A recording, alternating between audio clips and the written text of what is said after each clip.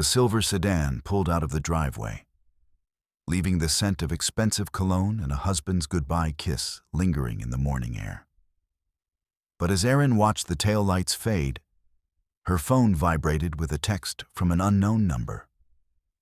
A grainy photo of that same car parked 10 miles away, framed by a white picket fence and a cluster of birthday balloons.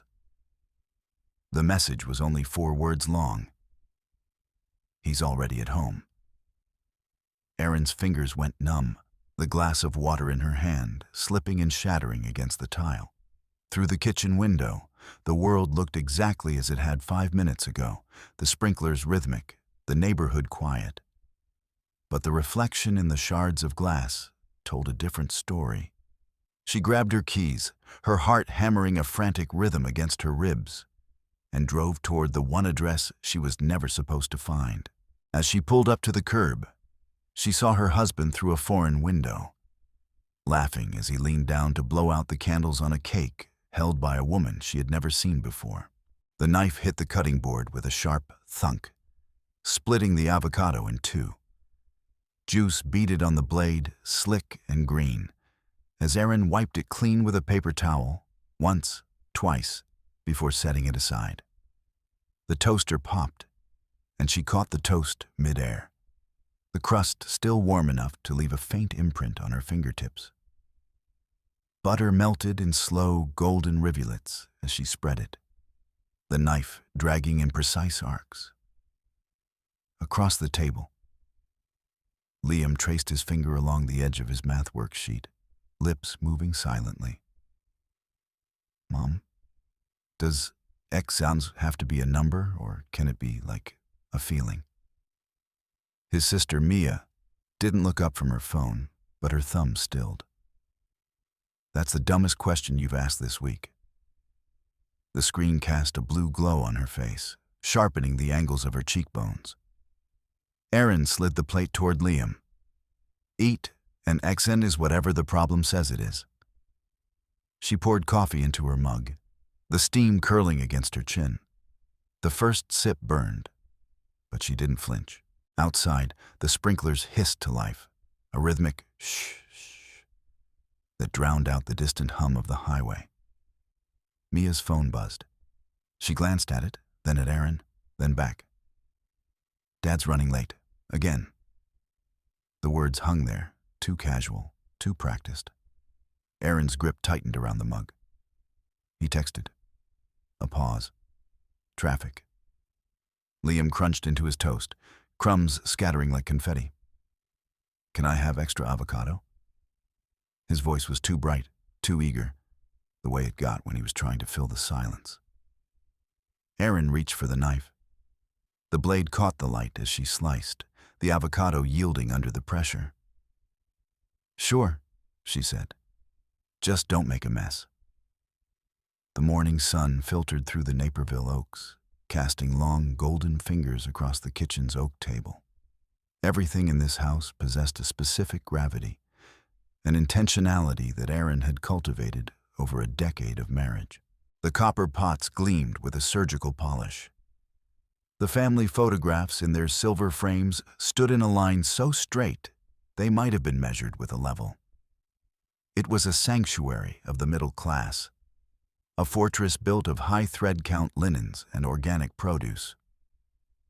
Erin smoothed a microscopic wrinkle in the white tablecloth, her hand lingering near Liam's shoulder. She leaned down, kissing the crown of his head, inhaling the scent of green apple shampoo. It was the smell of safety.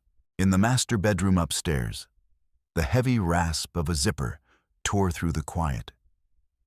Mark was closing his leather garment bag, a sound that signaled the beginning of another gap in their lives.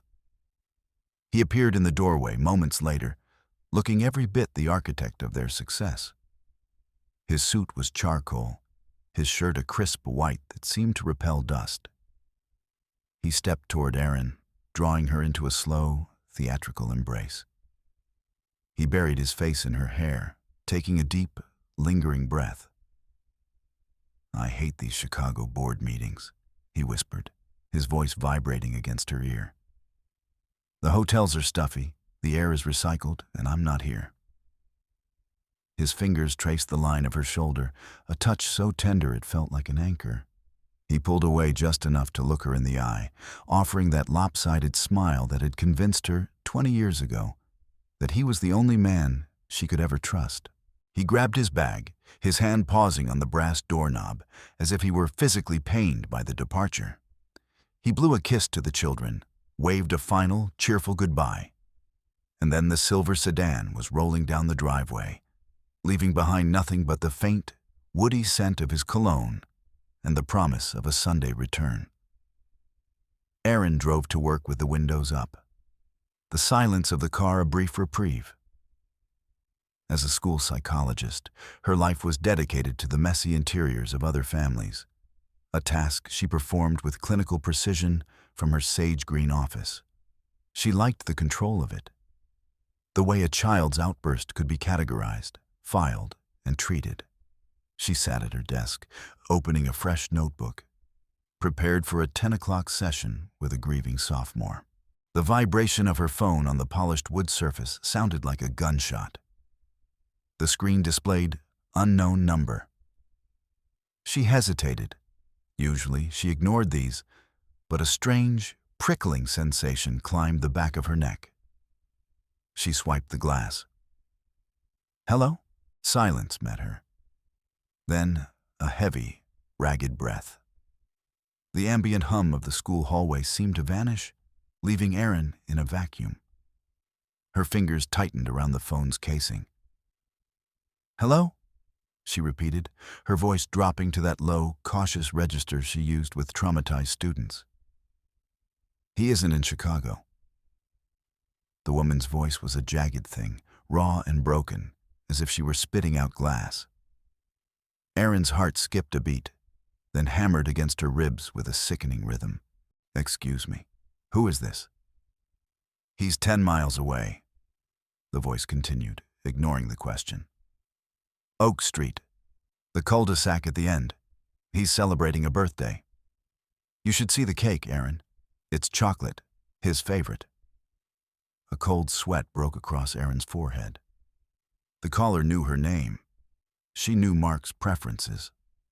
She spoke of a scar on his left knee, the way he liked his tea with exactly 3 ice cubes, details that were the private currency of a 20-year marriage. "Why are you telling me this?"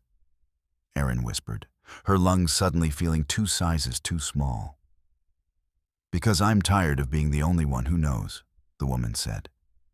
"Go to Oak Street, see the white fence, see the life he bought with your silence." The line went dead.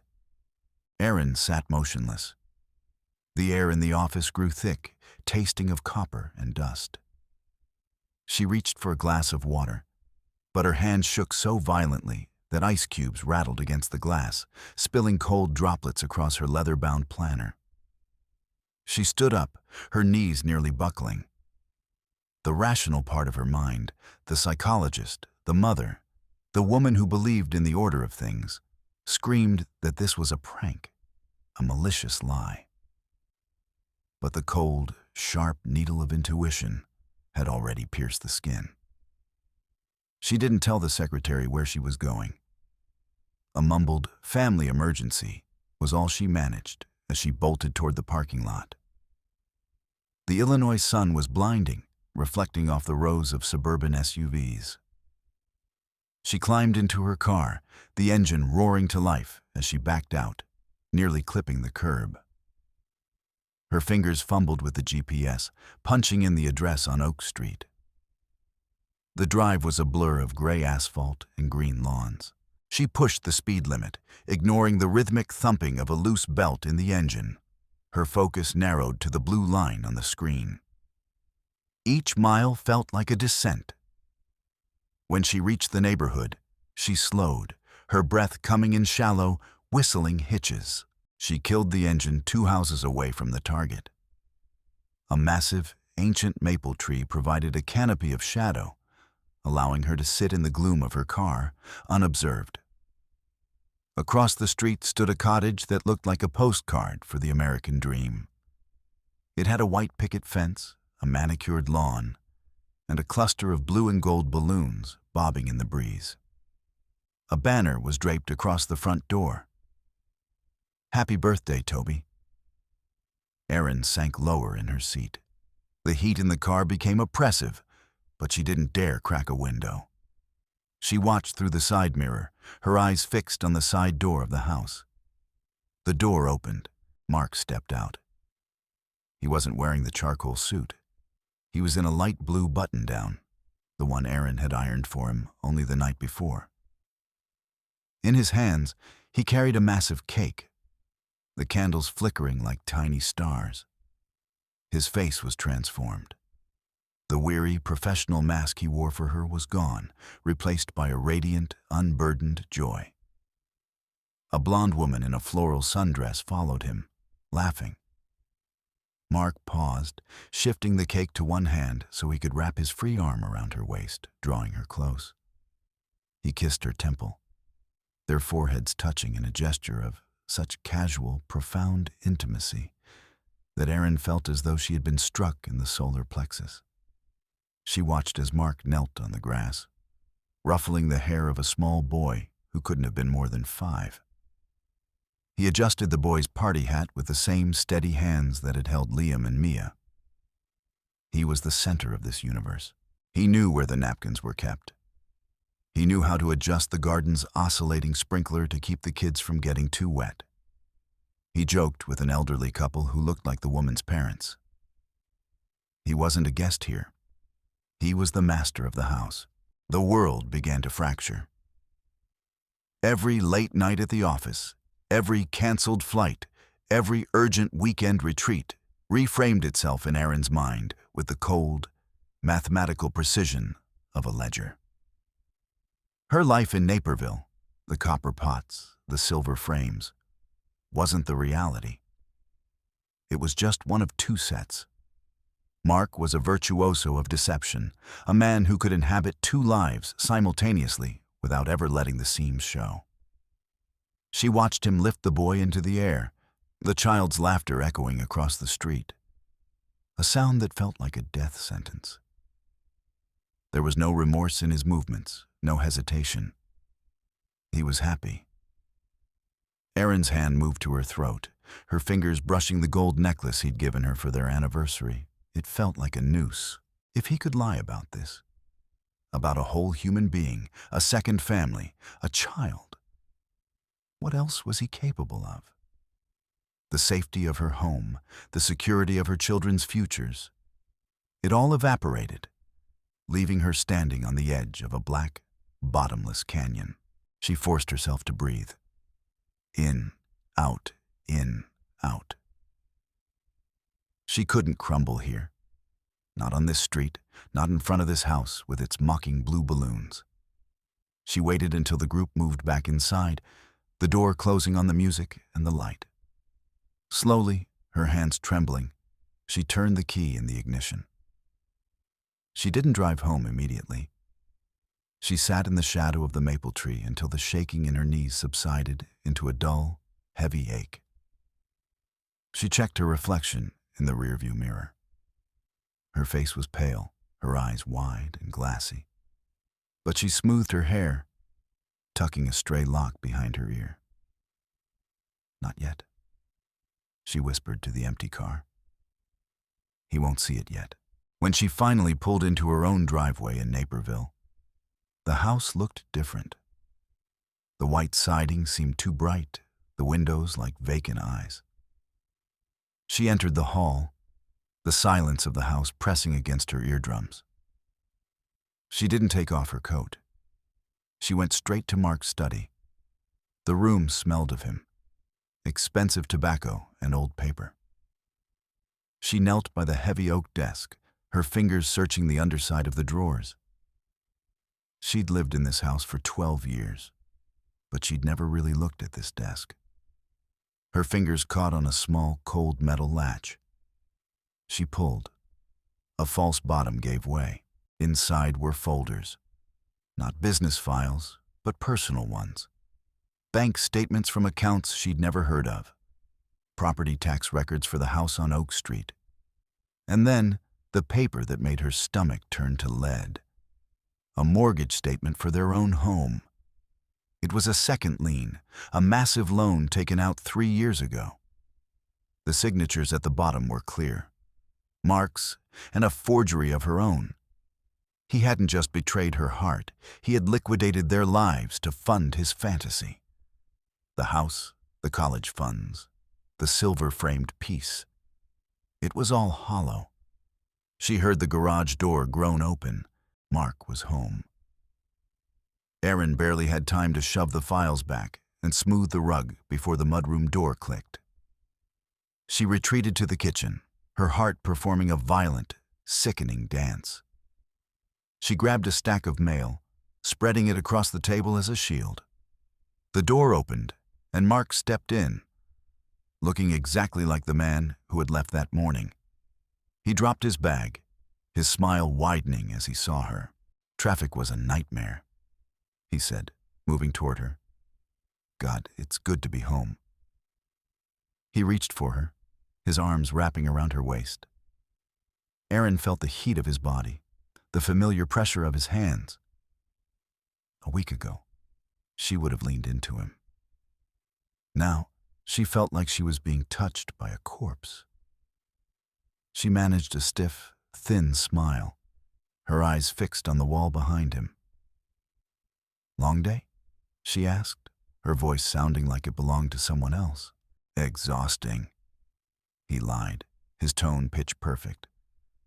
"But the merger is back on track. Everything's going to be fine, Erin. Better than fine." He let go of her to reach for a bottle of red wine he'd brought in. He set it on the table with a dull thud. As he reached for the corkscrew, his eyes drifted to the floor. Erin followed his gaze. There, on the light parquet, were 2 wet, muddy footprints from her driving shoes. The air in the kitchen curdled. Mark's hand stayed on the wine bottle, his knuckles turning white. He looked at the shoes she was still wearing, then slowly raised his eyes to hers. The warmth vanished from his face, replaced by a sharp, predatory stillness. "You went out," he said.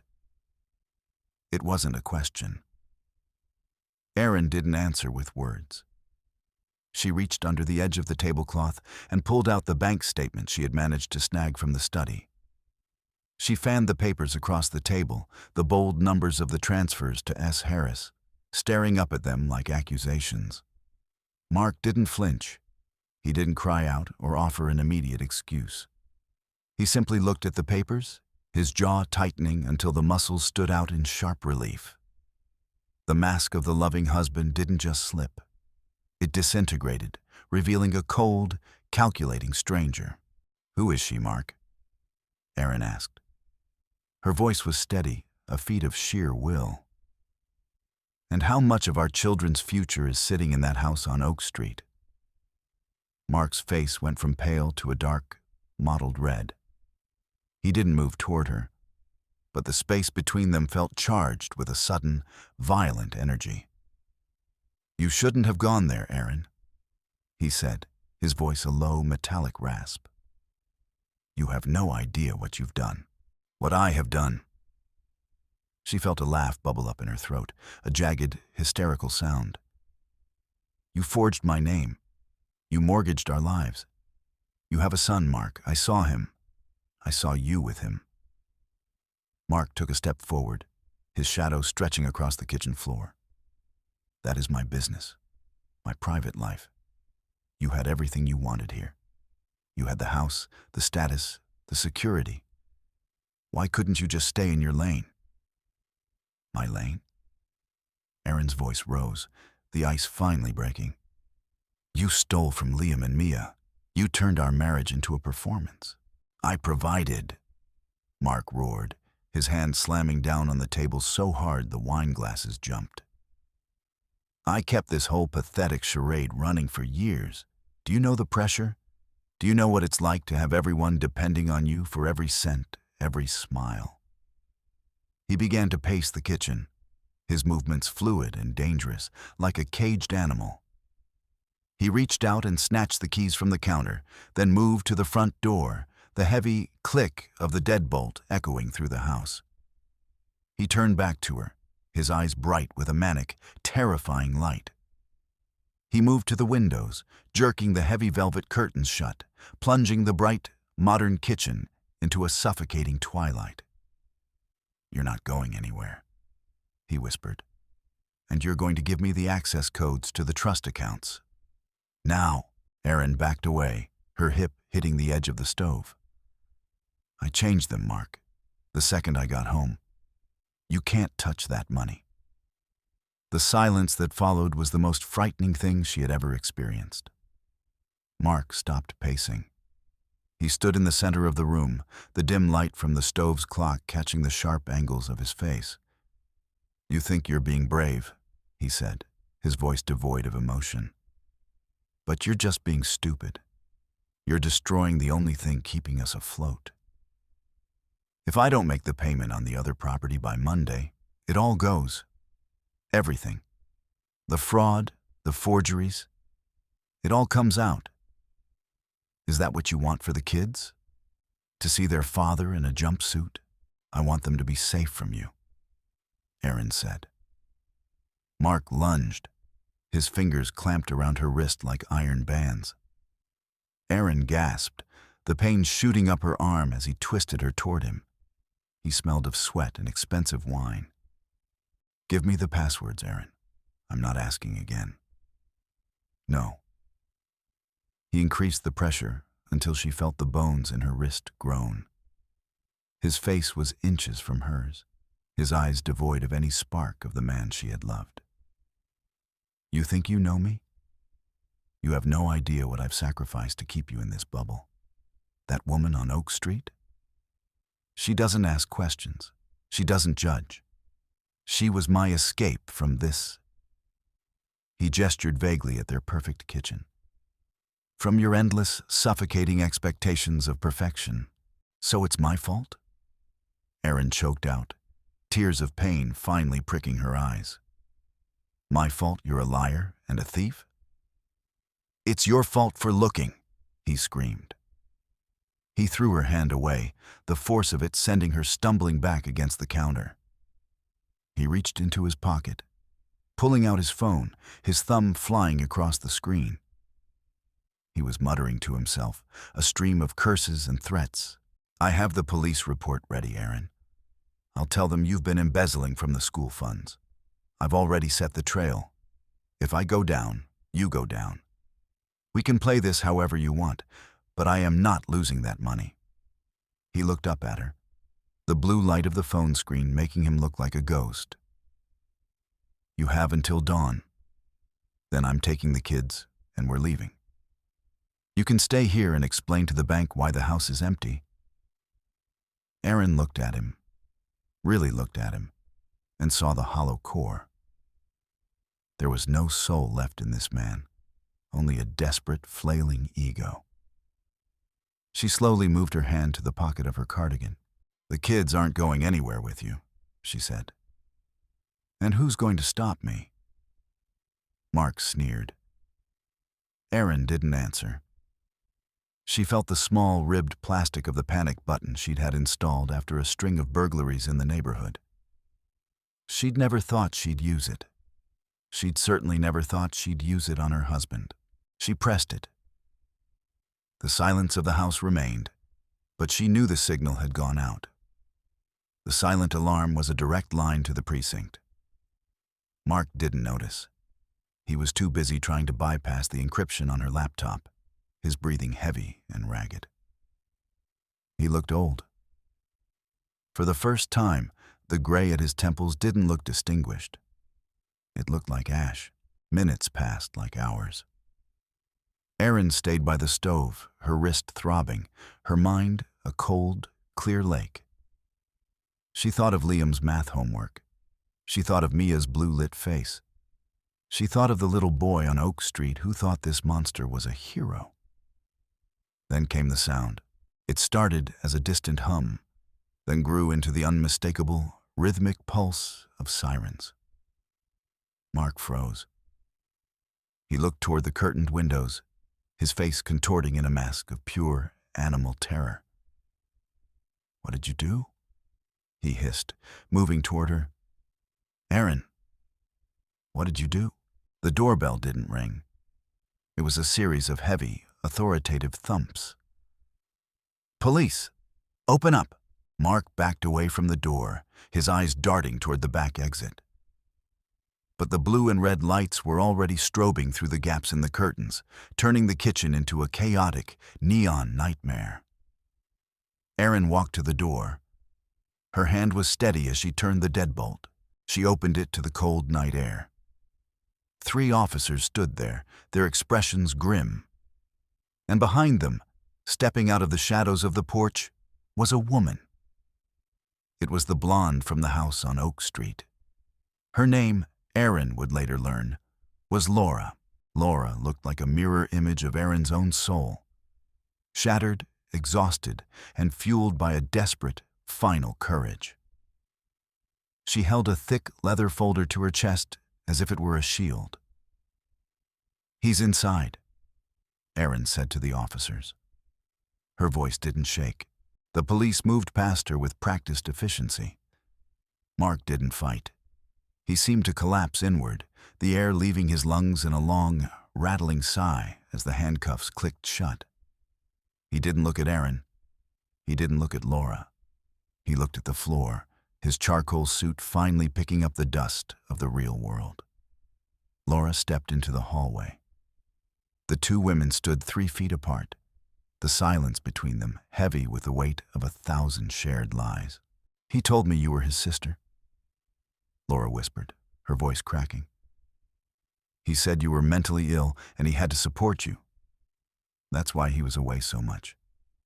To take care of his sick family. Erin felt a cold laugh touch her lips. He told me he was in Chicago, saving the world, one board meeting at a time. Laura opened the folder, revealing a stack of documents. He stole from my parents, too. He took their retirement. He said he was investing it in a new development. The officers began to lead Mark out. As he passed Erin, he paused. For a second, she expected a plea, an apology, maybe even a curse. But he only looked at her with a blank, hollow stare. The look of a man who had finally run out of scripts. I did it for all of us, he mumbled. No, Erin said, her voice like a blade. You did it for you. The house felt cavernous once they were gone. The police took statements, the children were shielded in their rooms, and eventually, the sirens faded into the distance. Erin sat at the kitchen table with Laura. They didn't talk much. There was nothing left to say that the bank statements didn't already scream. The months that followed were a blur of legal proceedings and quiet humiliations.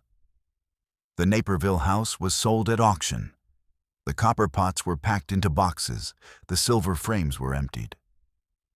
Erin moved the children into a 2-bedroom apartment on the edge of town. It was small, and the walls were thin, but the air was clean. There were no secrets hiding in the floorboards. She started a new practice, specializing in financial abuse and domestic trauma. She found that her voice, once so measured and careful, had gained a new resonance, a strength born of having survived the total destruction of her world. A year later, Erin stood on the sidelines of the local high school stadium. The air was crisp, smelling of mown grass and the first hint of autumn. Liam was on the field, his jersey a bright splash of color against the green. He was playing with a ferocity she hadn't seen before, a focused energy that made her heart swell. Mia sat next to her on the bleachers, her phone tucked away in her pocket for once. She watched her brother, her expression thoughtful. Mom? Yeah, honey? Do you think he ever really loved us? Or was that part of the act too? Erin looked out at the field. She saw Liam slide into a tackle, the crowd erupting in a roar of approval. She thought of the man in the charcoal suit, the man who was now a series of court dates and prison visitation logs. I think he didn't know how to love anything more than the image of himself. Erin said. But our love for each other, that was real. That was always real. He just lived in the house we built. The sun began to set, painting the Illinois sky in shades of bruised purple and burning orange. It was a beautiful, chaotic display, entirely beyond anyone's control. Erin took a deep breath, the cold air filling her lungs. She wasn't the woman she had been in the white tablecloth kitchen. She was older, tired, and her bank account was a fraction of what it once was. But as she watched her son run toward the goal, she realized she was no longer waiting for the other shoe to drop. She was no longer listening for the sound of a zipper in the morning or the lie in a Sunday kiss. The game ended, the whistle blowing a long, final note. Liam looked toward the stands, his face flushed with exertion, searching for her. When he found her, he raised a hand in a triumphant wave. Erin waved back, a genuine smile finally reaching her eyes. The past was a ghost, and the future was a mountain she was still climbing. But for the first time in 20 years, she knew exactly where she was standing. She was standing in the truth. And she was finally, mercifully, free.